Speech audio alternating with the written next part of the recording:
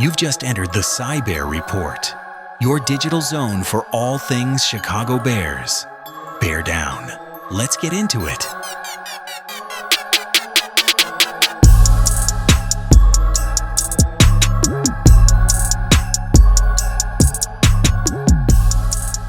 Welcome, deep divers.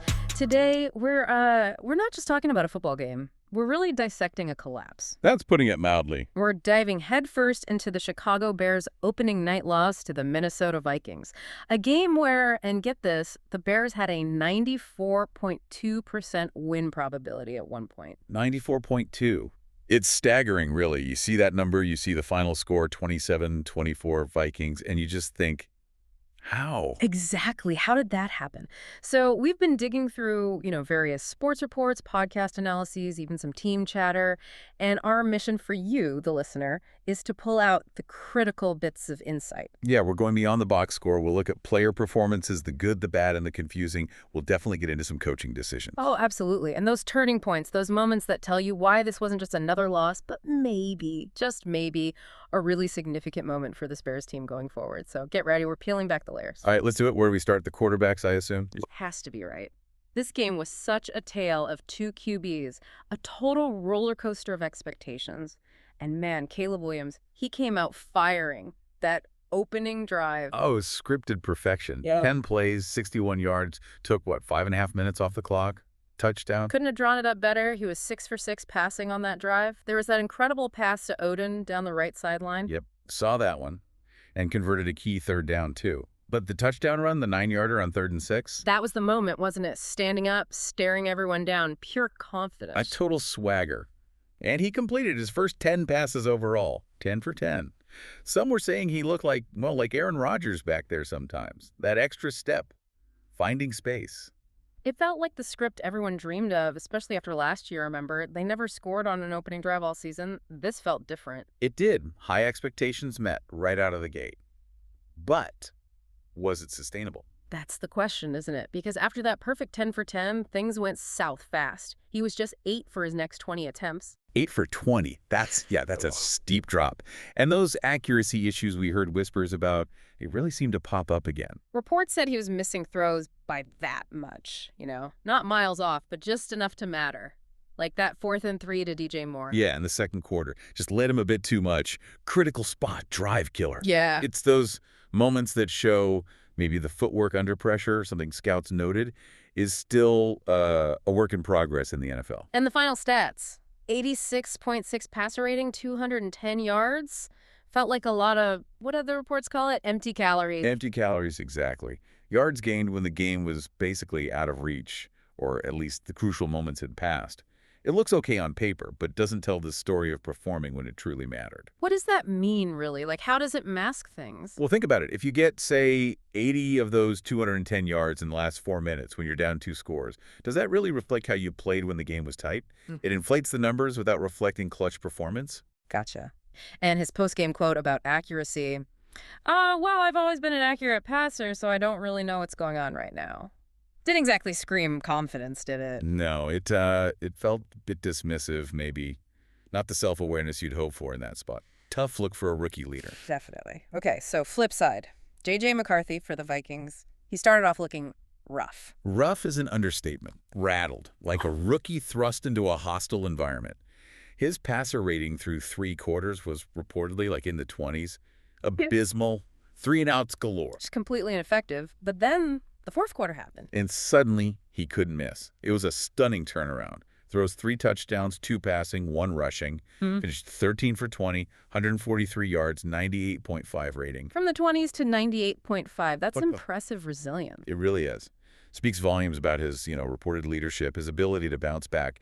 And you have to give credit to Kevin O'Connell, the Vikings coach. Right. O'Connell must have made some key adjustments, calmed him down. Absolutely. Yeah. They clearly identified something, found ways to get him comfortable, maybe exploited some matchups the Bears' defense wasn't adjusting to. It was smart coaching, meeting a player ready to respond. Okay, so the QB play was a major storyline, but it wasn't just Williams' struggles that doomed the Bears, was it?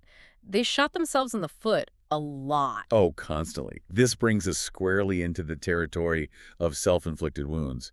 Penalties, play calls, just Critical errors piling up. The pre-snap stuff was maddening. 4 false starts in the first half. 4. It just screams lack of discipline, doesn't it? Communication breakdown somewhere. They even had to burn a timeout early to avoid a delay of game. Which, as we'll see, came back to bite them. Williams even admitted post-game, we need to do better getting out of the huddle. And Ben Johnson, the head coach, said they weren't on the same page in the run game. That's supposed to be his bread and butter. So overall, 12 penalties, 127 yards. That's just sloppy football. Drive killers, giving the opponent free yards. You can't win like that.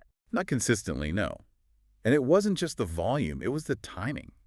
Like that infamous 3rd and 30. Ugh, yeah. 1st and 10 at the Minnesota 24. And somehow Williams gets them backed up to 3rd and 30. How does that even happen? Well, the big one was the intentional grounding. Trying to throw it away outside the pocket, but he didn't get the ball past the line of scrimmage. That's a penalty in the NFL, different from college. A rule he's apparently tripped up on before. Reports suggest, yeah, it's been an issue. And the consequence, huge. Instead of a manageable field goal, maybe even another shot at points, they're forced into a 50-yard attempt. Just brutal. A rookie mistake, maybe, but one with massive implications. You just can't have that. Nope. It kills momentum, puts your kicker in a tough spot. Speaking of which. Right. Cairo Santos, the missed 50-yarder, that would have made it 20-6 Bears. A 2-touchdown lead. He apparently felt it was a chip shot, was licking his chops, but he just pushed it right, didn't hit it clean. For a veteran kicker, that's tough. Takes points off the board, gives the Vikings life. Was it just him, or were special teams generally shaky? It wasn't just him. Remember Torrey Taylor's punt? The guy they drafted for hidden yardage? He had one blocked. Oh, right. A blocked punt on top of the missed field goal. That's not good for a unit that's supposed to be reliable. Not good at all. Yeah. It points to breakdowns across the board, not just on offense or defense. And then there were coaching decisions, that early challenge by Ben Johnson. Yeah, challenging a fumble that, well, pretty clearly wasn't a fumble, and losing that timeout. Seemed small at the time, maybe, but it had huge ripple effects later, didn't it? Absolutely critical, because they didn't have that timeout late in the game after they scored to get within 3. They couldn't really consider an onside kick. Had to kick it deep. Exactly. Plan was apparently kick it to the end zone, but Santos' kick landed around the 1. Vikings return it, run more clock. Bears only get it back with like 9 seconds left. No time to do anything. And Johnson was reportedly furious about that whole sequence. You can understand why. That one timeout lost hours earlier basically took away their last best chance to tie or win. A tough lesson in game management. Wow. Okay, let's shift focus a bit to the coach himself, Ben Johnson. This was his baptism by fire, right? Huge expectations versus a pretty harsh reality in game 1. Huge expectations is putting it mildly. This is the guy who turned down head coaching jobs, remember. The Commanders flew out to interview him. He called them back mid-flight to say no thanks. He picked the Bears largely because of Caleb Williams, wanting the right situation, not just any job. Known as this offensive innovator, run game guru, play action master. So everyone expected, fireworks, instant impact. But the post-game vibe from him, reports said irritated, even seething. About what specifically? The missed throws, the blown lead. All of it. But mostly that the offense just didn't look like his offense.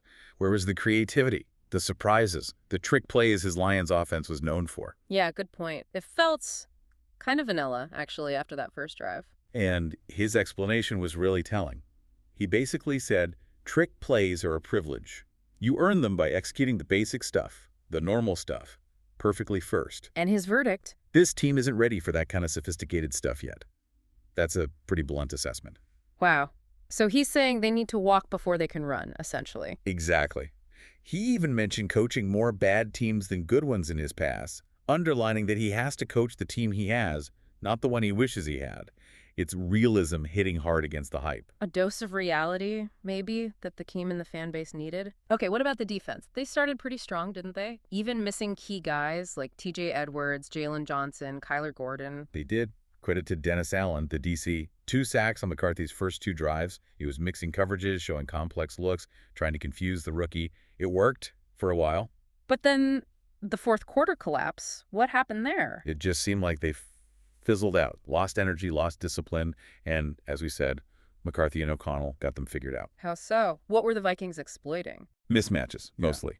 Getting linebackers stuck covering faster guys. They also started running the ball effectively when they needed to. Nanwright is a good example. Great pick six early. Huge play. Yeah, but then later, he gets a penalty, gets burned on a pass. Yeah. It kind of symbolized the whole defensive arc. Started strong, faded fast. It felt like a combination of fatigue and the Vikings making better adjustments down the stretch. Man, just unraveling on all fronts.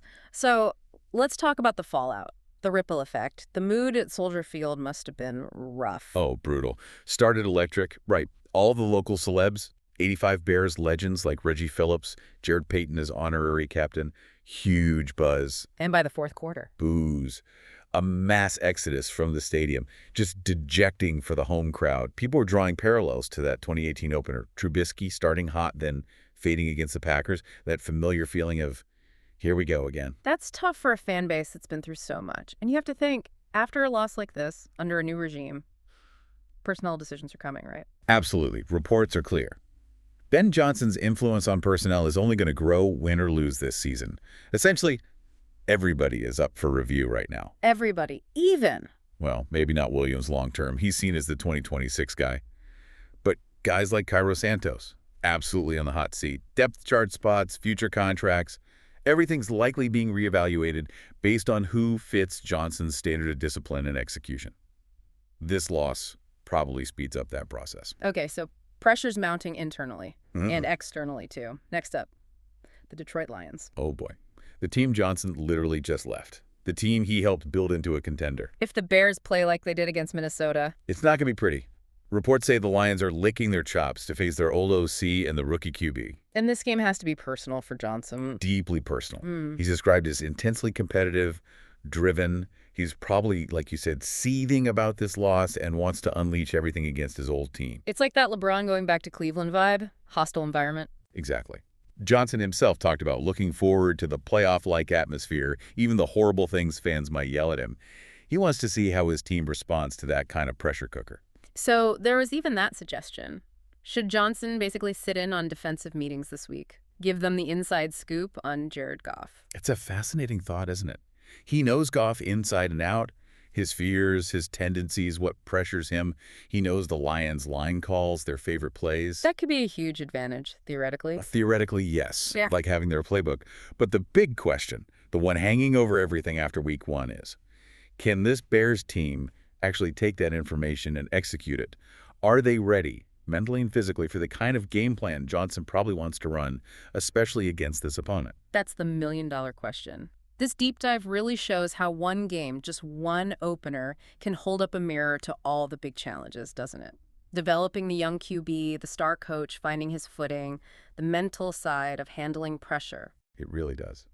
It reminds you that this story is always so much deeper than just the final score.